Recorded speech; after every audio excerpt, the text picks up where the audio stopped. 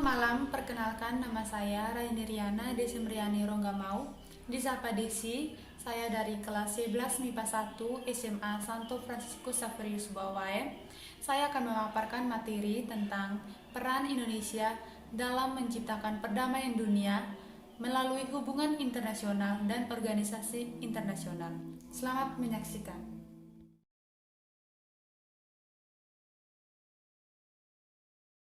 Ketika suatu negara mengalami kekurangan di suatu bidang, misalnya kekurangan tenaga ahli untuk membangun negerinya, maka melalui hubungan internasional, negara tersebut bisa mengatasi masalah itu dengan meminta bantuan dari negara lain.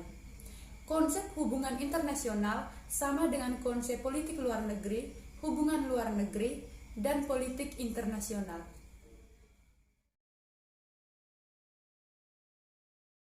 Suatu negara dapat menjalin hubungan dengan negara lain apabila kemerdekaan dan kedaulatannya sudah diakui secara de facto dan de jure oleh negara lain. Perlunya hubungan internasional dalam suatu kerjasama dikarenakan faktor-faktor sebagai berikut. Yang pertama, faktor internal, yaitu kekhawatiran terancamnya kelangsungan hidup kesananya, baik melalui kudeta maupun intervensi dari negara lain. Yang kedua, faktor eksternal, yaitu hukum alam yang tak dapat dipungkiri, bahwa suatu negara tidak dapat berdiri sendiri tanpa ada bantuan dan kerjasama dari negara lain. Ketergantungan inilah yang membantu setiap negara untuk memecahkan masalah-masalah ekonomi, sosial budaya, pertahanan keamanan, politik, dan lain sebagainya. Ini yang paling penting. Peran Indonesia dalam hubungan internasional dapat dilihat dari kebijakan politik luar negeri Indonesia. Politik luar negeri Indonesia menerapkan prinsip bebas aktif dan diabdikan untuk kepentingan nasional serta kepentingan bangsa dan negara.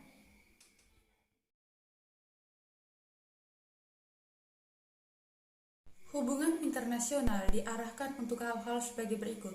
Yang pertama, bangsa Indonesia bisa mendapatkan barang-barang demi kemakmuran rakyat dari negara lain yang belum bisa dihasilkan sendiri di negara kita. Yang kedua, bisa membangun persahabatan yang erat dengan negara-negara lain. Yang ketiga, membangun persaudaraan yang baik dengan negara lain. Dan yang keempat, pembentukan suatu masyarakat yang adil dan makmur dalam suatu wadah NKRI. Kesimpulannya, untuk mencapai tujuan dari hubungan internasional yang diharapkan oleh setiap negara, maka bangsa Indonesia diharapkan mampu meningkatkan kualitas dan kinerja kerja, juga menunjukkan citra positif di kalangan internasional. Yang paling penting, Indonesia juga harus melindungi masyarakatnya dan memanfaatkan peluang positif dan menunjukkan citra positif di dunia internasional. Dan yang paling penting, Indonesia diharapkan mampu memberikan perlindungan terhadap warga negaranya dan memanfaatkan setiap peluang demi kepentingan nasional. Politik luar negeri Indonesia dalam hubungan internasional. Politik luar negeri Indonesia berlandaskan Pancasila dan Undang-Undang Dasar 1945 seperti yang tertera pada Undang-Undang Nomor 37 Tahun 1999 Pasal 1. Politik luar negeri Indonesia menganut prinsip bebas aktif. Bebas artinya bangsa Indonesia bebas menentukan sikap untuk menyikapi permasalahan internasional. Sedangkan aktif, bangsa Indonesia ikut serta dalam membantu menyelesaikan konflik dunia.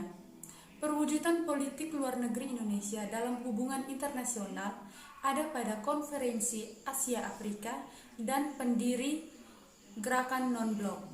Setiap negara mempunyai kebijakan politiknya masing-masing.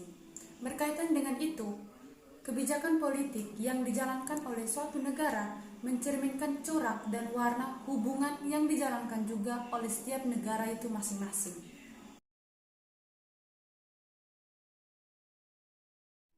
Peran Indonesia untuk menciptakan perdamaian dunia melalui organisasi internasional. Secara umum, organisasi internasional dapat diartikan sebagai organisasi yang berkedudukan sebagai subjek hukum internasional dan mempunyai kapasitas untuk membuat perjanjian internasional.